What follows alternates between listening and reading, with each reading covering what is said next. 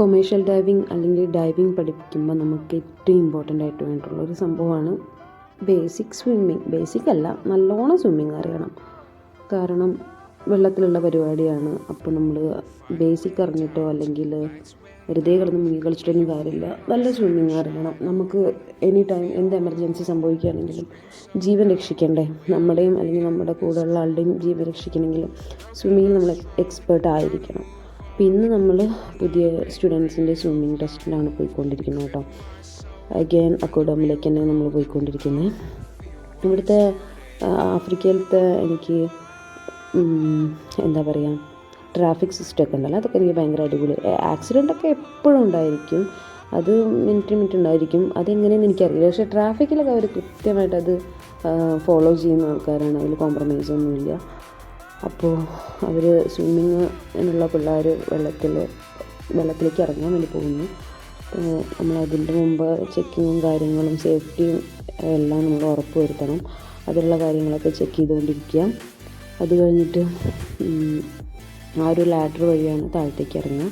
പിന്നെ അവിടെ വെള്ളമുണ്ട്. അപ്പോൾ നമ്മളിതിൻ്റെ മെയിൻ്റനൻസ് വർക്കൊക്കെ നടക്കുന്നത് കാരണം കൊണ്ട് വെള്ളം ഇപ്പോൾ കുറവാണ്. ഇപ്പോൾ ഡെപ്തിൽ മാത്രമേ വെള്ളം നിറച്ച് വെച്ചിട്ടുള്ളൂ. ഇനി അതിങ്ങനെ ഫില്ല് ചെയ്ത് വരണം. വലിയ പൂള നമ്മളിതിൽ കാണുന്ന നല്ല വലുപ്പമുണ്ട്. 25 ആണ് 50 മീറ്റർ ആണെന്ന് എനിക്ക് ഓർമ്മയില്ല.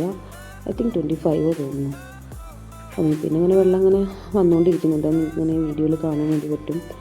വെള്ളം നമ്മൾ ഫില്ല് ചെയ്തുകൊണ്ട് കുറേ നേരമൊക്കെ നമ്മൾ വെയിറ്റ് ചെയ്ത് നിന്നു. അത്രയും സമയം എടുക്കുമല്ലോ.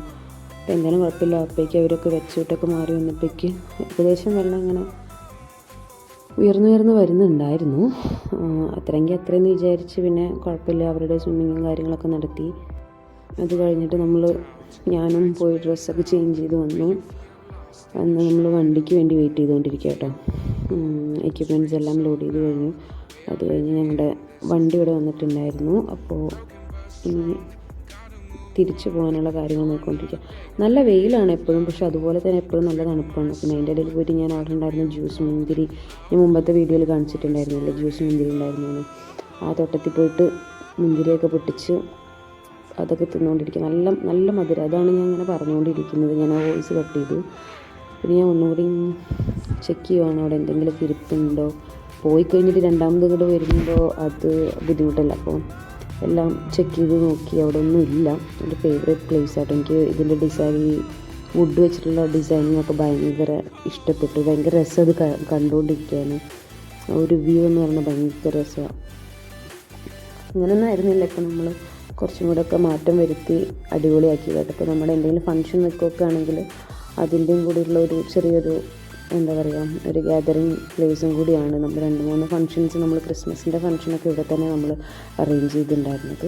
അത് കഴിഞ്ഞ് നമ്മൾ തിരിച്ചു വന്ന് എന്താ പറയുക, നമ്മുടെ അവിടെ കുറേ എക്യുപ്മെൻറ്റ്സ് ഒക്കെ ഉണ്ടായിരുന്നു. അതൊക്കെ അറേഞ്ച് ചെയ്യാൻ വേണ്ടിയിട്ടുള്ള തത്രപ്പാടിലായിരുന്നു. അതാണ് എല്ലാവരും കൂടിയിട്ട് ഇങ്ങനെ ആ ഒരു വർക്ക് ചെയ്തുകൊണ്ടിരിക്കുന്നത്. പിന്നെ അത് കഴിഞ്ഞ് ജോലി കഴിഞ്ഞു.